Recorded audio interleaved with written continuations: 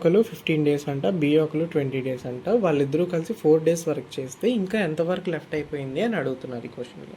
ఇప్పుడు total work అనేది calculate చేయండి. టోటల్ వర్క్ ఎంత? 60.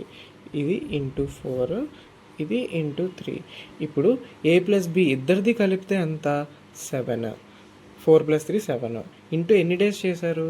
4 డేస్ అనేది చేశారు. అంటే 7 × 4 ఎంత? 28.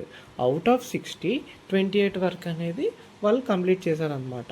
ఇప్పుడు దీన్ని 28/60 కింద రాసుకోండి. అప్పుడు క్యాన్సిలేషన్ చేస్తే 7/15 అనేది వస్తుంది. దీన్ని మరి ఏం చేయాలంటే సింపుల్గా how much work is left అన్నప్పుడు టోటల్ వర్క్ని 1 కింద కన్సిడర్ చేసుకోండి. వచ్చిన ఫ్రాక్షన్ని దాని నుంచి మనం మైనస్ చేయాలన్నమాట. టోటల్ వర్క్ని 1 కింద కన్సిడర్ చేసుకొని వచ్చిన ఫ్రాక్షన్ని మైనస్ చేయాలన్నమాట. అలా చేస్తే 15 × 1 15, 15 - 7 8/15 అనేది మన ఆన్సర్ అవుతుంది అనమాట. How much work is left అంటే 8/15 అనమాట.